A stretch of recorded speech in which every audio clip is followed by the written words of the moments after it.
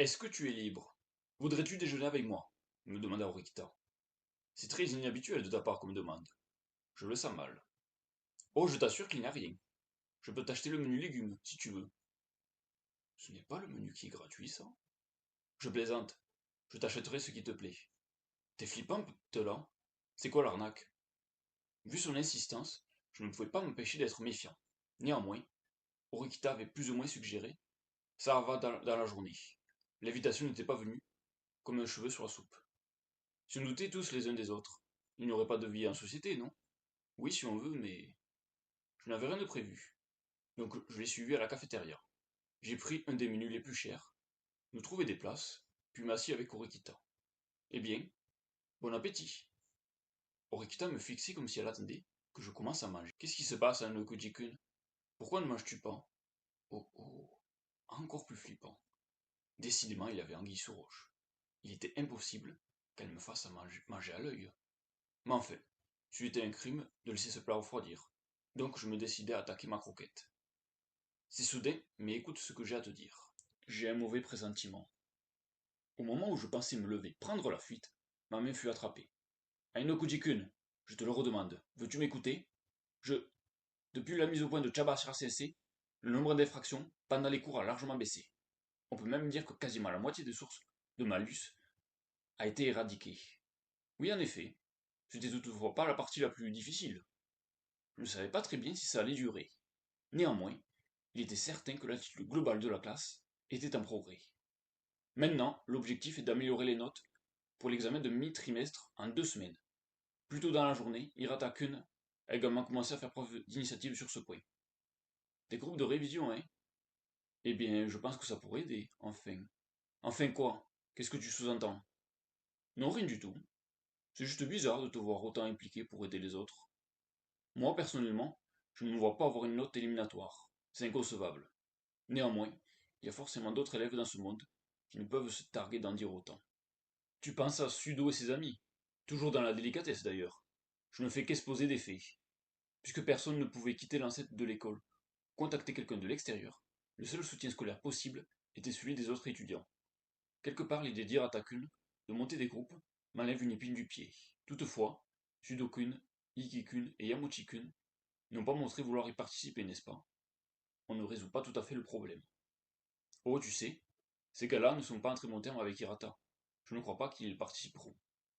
Autrement dit, ils vont probablement échouer, ce qui serait de manière à rendre la session classable beaucoup plus handicapante. Évitons de prendre des risques, non? Sachant que moi aussi je pense qu'il y a une énorme probabilité que nos notes influencent sur le nombre de points de la classe. Ça prendrait du sens en effet que le travail des élèves soit un minimum récompensé. Et si toi aussi tu organisais un groupe d'études comme Hirata, comme ça on pourrait aider Sudo, Ike et Yamochi. Bonne idée. Enfin, j'imagine que je te surprends en acceptant. À vrai dire, ton attitude entière est surprenante. Je n'étais pas vraiment surpris, puisqu'elle le faisait pour elle au fond. Et puis, à bien y réfléchir, elle n'avait pas non plus si mauvais fond que ça. J'ai bien compris que tu étais motivé par le fait de vouloir monter à classe A, mais j'avoue que je ne m'attendais pas à ce que tu utilises une méthode aussi banale que de les aider dans leur révision. Surtout qu'ils ne sont pas du genre à aimer taffer, et que tu as tout fait pour éviter le contact avec les autres élèves de la classe. C'est vraiment louable de ta part. Voilà pourquoi je te mets avec moi dans le coup, car ils font partie de tes amis, n'est-ce pas? Ah, toi alors tu ne perds pas le nord. Disons que si c'est toi qui vas vers eux, on perdrait moins de temps à les convaincre. Tout ce que tu as à faire est de les faire venir à la bibliothèque pour que je les aide. Je ne sais pas si tu te rends compte, mais tu crois franchement que quelqu'un comme moi, qui s'efforce à s'effacer le plus possible, serait capable de faire ça? Ce n'est pas une question d'être capable ou non. Tu le fais, c'est tout. Je suis ton chien? Ou ça se passe comment? Je respecte ton choix de vouloir atteindre la classe A, mais ne m'embarque pas dans tes plans. Tu as mangé le plat que je t'ai offert, n'est-ce pas? Tu sais, ce menu spécial de la cafette, si cher, mais si bon. Je pensais que tu faisais ça par gentillesse. Désolé, mais ce n'était pas le cas. Si c'est des points que tu veux alors, je te les rends et on sera quitte. Tu me prends pour qui? Je ne tomberai jamais aussi bas. Alors je refuse que tu me rendes ça en point. Pour la première fois, je ressens de la colère envers toi. Fais ton choix, soit tu coopères avec moi, soit je deviens ton ennemi. On dirait une menace. J'ai l'impression que tu me pointes un flingue sur la tempe. Ce n'est pas une impression en fait.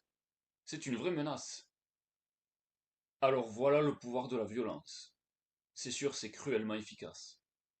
Juste, les rassembler pour les mener à la bibliothèque ne semblait pas trop problématique cependant. Le point faible de Rikita était qu'elle ne comptait pas se faire d'amis. Toutefois, elle avait ce qu'il fallait pour les aider à étudier. Et puis, je m'étais vraiment donné du mal pour devenir ami avec Sudo, Ike et les autres. Alors ça aurait été vraiment dommage qu'ils soient expulsés si tôt. Alors que je faisais preuve d'hésitation, Orikita continua à me presser. Tu ne penses pas aussi que je vais te pardonner facilement d'avoir comploté contre moi avec Ushida-san? Tu as dit que tu l'as laissé couler. Pourquoi tu ramènes ça sur le tapis? C'est injuste. J'ai dit que je n'en tenais pas rigueur à Kushida-chan, mais je ne me souviens pas de te l'avoir dit pour toi. Wow, espèce de... Si tu veux que l'on soit quitte, à ce niveau-là, coopère. On dirait bien que je n'avais aucune échappatoire depuis le début. Je pensais qu'elle finirait par abandonner son idée, et je me trompais. Je n'avais plus qu'à accepter. J'accepte, mais je ne peux pas te garantir qu'ils viendront. Je crois en toi. Tiens, mon numéro de téléphone. S'il se passe quelque chose, contacte-moi. Même si la situation est un peu conventionnelle, c'était la première fille du lycée à me donner ses coordonnées. Mais vu que c'était Orokita, je n'étais pas spécialement ravi.